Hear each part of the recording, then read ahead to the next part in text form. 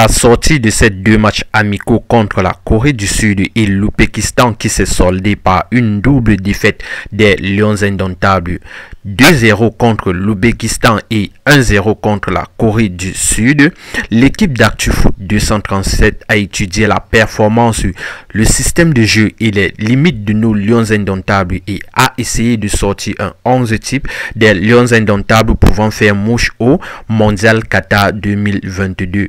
Pour cela, nous avons opté pour un système de jeu classique de 4-3-3. Au poste de gardien, André Onana, irréprochable sur les 3 buts encaissés par les Lions indomptables, est sans doute le numéro 1 à ce poste. Longtemps critiqué par ses sorties aériennes manquées, le gardien de l'Inter de Milan a montré un autre visage. Sollicité par ses relances, le gardien des Lions indomptables a sans doute validé son ticket pour le Qatar 2022. En défense centrale, Nicolas Koulou faisait son grand retour. Titulaire lors de ces deux confrontations, le buteur de la finale contre l'Égypte en 2017 a plutôt montré un état de fébrilité et de ce fait, nous optons pour une charnière centrale connue avec Jean-Charles Castelletto et Michael Gadieu qui n'a pas été convoqué par Rigobert Song ou Jérôme Onguene si ce dernier retrouve du temps de jeu dans son club en Allemagne. Comme latéral gauche, Eboussé Enzo est sans doute l'homme de la situation.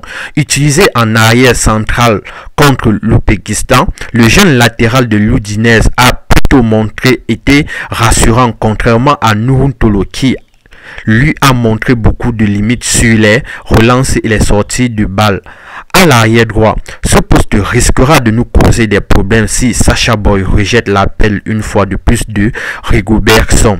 Collins Faye, déjà moins bon défensivement, n'a pas été à la hauteur offensivement et ne parvient pas à combiner des passes avec le nouveau entrant des Lions indomptables, Bryan Mbeumo. Comme milieu récupérateur, Rigobert Song devait travailler sur la paire Zambo Anguissa et Olivier Chan qui sont très bons techniquement et dans la conservation de la balle et dans les relances. Non convoqué, Franck Zambo Anguissa, très en forme en club, est plutôt bien parti pour le mondial.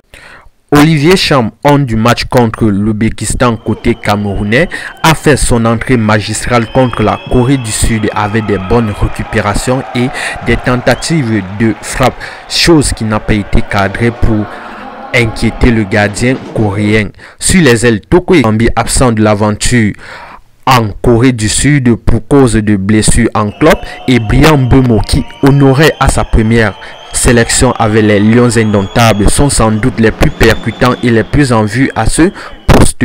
Georges Koudou, très peu utilisé par Rigobert Song, devait être une bonne doublure de Karl Toko et Kambi. Mominga Malu, de son côté, très peu décisif ces derniers mois, devait voir son poste de titulaire être en danger. Andis Choupo-Moting, non convoqué par Rigobert Song, vu sa technicité et sa capacité à casser les lignes, doit forcément être de l'aventure au Qatar et nous sera bien utile au poste du numéro 10. En pointe, on aurait voulu voir Jean-Pierre Samé, l'un des meilleurs buteurs des Lions indomptables en club, avoir plus de temps de jeu à ce poste lors de cette trêve. Malheureusement, le coach en a fait plus confiance à Vincent Aboubakar, qui lui n'a pas inquiété la défense adverse lors de ces deux matchs et a montré beaucoup de signes de fébrilité et de vivacité.